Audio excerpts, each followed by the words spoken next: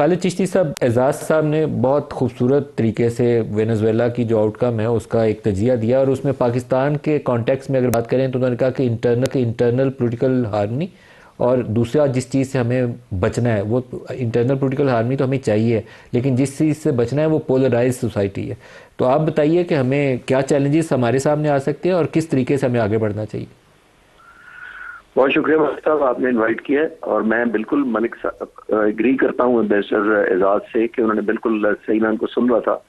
और बिल्कुल मेरा भी मानना यही है कि जिधर भी दुनिया में इस तरह की पेनिट्रेशन होती है सोसाइटीज में, मिलिट्री हो, पॉलिटिकल हो, किसी और तरीके की हो, वो होती ही उस वक्त है जब एक क्रैक्स देखते हैं सोसाइटी के अंदर, डिसहार्मनी देखते हैं, एक एलिमेंट ऑफ हेल्पलेसनेस या डिप्रीविएशन ऑफ राइट्स, अपॉर्चुनिटीज, ग्रोथ, जब इस तरह की चीजें देखी हैं, सेंस ऑफ पार्टिसिपेशन जब ना हो, तो फिर कौमें डिवाइड होती हैं और उनके लिए बहुत आसान हो जाता है इस तरह के मुल्कों के लिए पेनिट्रेट करना। आप देखिए कि इतना माइटी मुल्क है, इतनी ज्यादा उसकी रिसोर्सेज हैं, दुनिया का सबसे अनटैप्ड ऑयल उसके पास है, मिनरल्स उसके पास हैं, लेकिन अपने एनुअल सिर्फ और सिर्फ 0.12% एक्सट्रैक्ट करता है ऑयल।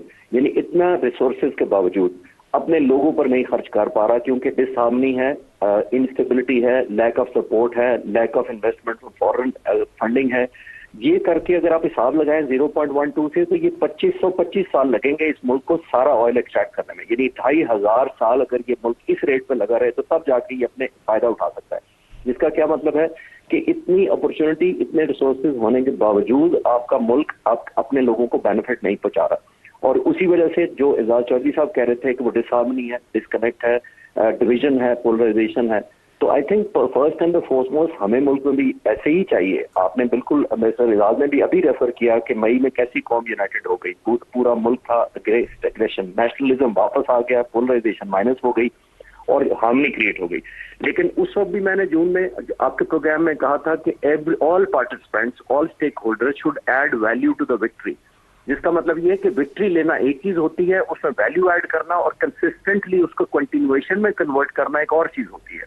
तो अगर कौम फिर फॉल अपार्ट हो जाए किसी वजह से भी, चाहे फॉल्स स्लोगन है चाहे ट्रू स्लोगन है, वो अपॉर्चुनिटी सिर्फ और सिर्फ आपके दुश्मनों को देती है। और इस तरह के वाकयात ऐसे मुल्कों में करना बहुत आसान होता है जिसमें मिलिट्री डिवाइडेड हो, लोग डिवाइडेड हो, लोगों की विल कम कर दी जाए। ये अभी जो उन्होंने जो प्रेसिडेंट दिखाया वेनेजुएला का हथकड़ियों की तरह, उन्होंने दो मैसेज दिए। एक, उन्होंने अपनी माइट दिखाई है अमेरिका ने, और अब दूसरे लोगों को बताया, मैसेज दिया कि अब अगर हमारे खिलाफ कोई खड़ा होगा, चाहे वो वाइस प्रेसिडेंट हो, चाहे वो उनकी अपोजिशन लीडर मारिया हो, कोई भी हो, हम उसके साथ ये हशर करते हैं। जिसका मतलब ये है कि क्योंकि कौम मुत्तहिद नहीं है। सबसे ज्यादा जो मुजाहरे मैं देख रहा हूँ वो तो दुनिया भर में हो रहा है, वेनेजुएला में तो मुझे तो मिक्स रिएक्शन लग रहा है। तो ये इटसेल्फ साबित करती है उस बात को कि अगर कौम यूनाइटेड नहीं है अपनी लीडरशिप जैसी भी हो, वो तो अलग एक डिबेट है। अनफॉर्चुनेटली ऐसे मुल्क फिर विक्टिम बनते हैं, जो कि एक मिसाल हमारे सामने है। एजाज साहब, एक मेरे बहुत दिल के करीब टॉपिक था कि पाकिस्तान को, सऊदी अरब को, टर्की और चाइना को आपस में डिफेंस पैक्ट करना चाहिए।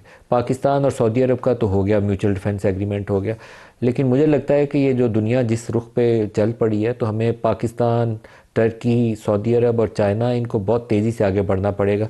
ट्रंप की धमकी सिर्फ लैटिन अमेरिकन कंट्रीज़ तक महदूद नहीं है, बल्कि ईरान को डायरेक्ट वो चैलेंज कर रहे हैं कि अगर ये जो प्रोटेस्टर्स हैं किसी को गोली मारी तो हम वो लॉक्ड एंड लोडेड हैं, बिल्कुल आएंगे और उड़ा के रख देंगे।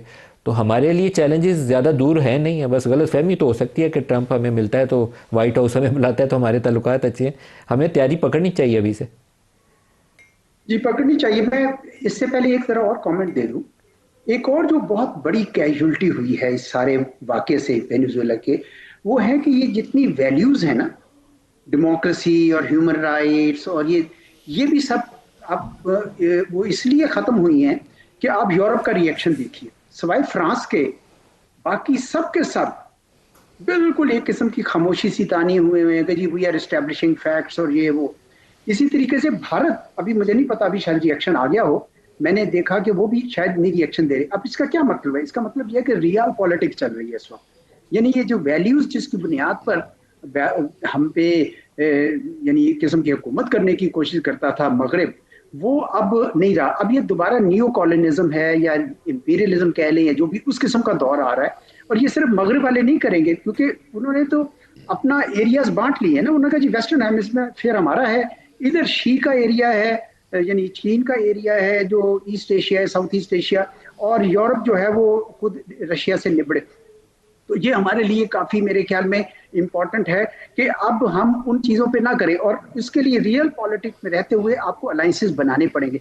And that's where I agree with you. आपका जिस तरह सऊदी अरब के साथ है, तुर्की आपका यानी अच्छा जाना माना दोस्त है। चीन के साथ मेरे ख्याल में इस वक्त जरा ज्यादा मेहनत करने की जरूरत है, क्योंकि चूंकि पाकिस्तान के अमेरिका के साथ ताल्लुकात इस वक्त गर्मजोशी की फेज में है, जो बदल भी सकते हैं। तो चीन को अलबत्ता कोई इस बात का नहीं हुआ। मुझे बड़ी खुशी हुई है कि हमारे डिप्टी प्राइम मिनिस्टर साहब चीन गए हैं और बड़ा अच्छा दौरा हुआ है, और ये पूरा साल वो 75 ईयर्स की डिप्लोमेटिक रिलेशंस को मनाने में गुजरेगा। मेरे ख्याल में this is a great thing that we are doing. हमें चीन के साथ पूरी तरह करना चाहिए। अगर इस किस्म का कोई और डिफेंस एग्रीमेंट बनता है लाइक माइंडेड मुल्क के साथ, तो वो करना चाहिए। ईरान में अगर कोई गड़बड़ करते हैं ये तो मेरे ख्याल में वो उसकी बड़ी इम्प्लीकेशंस होंगी, पूरे खित्ते के लिए भी होगी, और हमसाए होने के अलावा हम पे ही होंगे। कुछ इस वक्त जरूरत इस बात की है मालिक साहब, मुझे उम्मीद है कि शायद कर रहे होंगे, हमें वॉर गेमिंग करनी होगी, मुख्तलिफ सिनेरियो स्केच करने होंगे, जो हमारे पॉलिसी मेकर्स हैं वहां पे बैठ के या थिंक टैंक्स की मदद लें और वॉर गेमिंग करें कि अगर ये हो तो क्या होगा, अगर ये हो तो क्या होगा।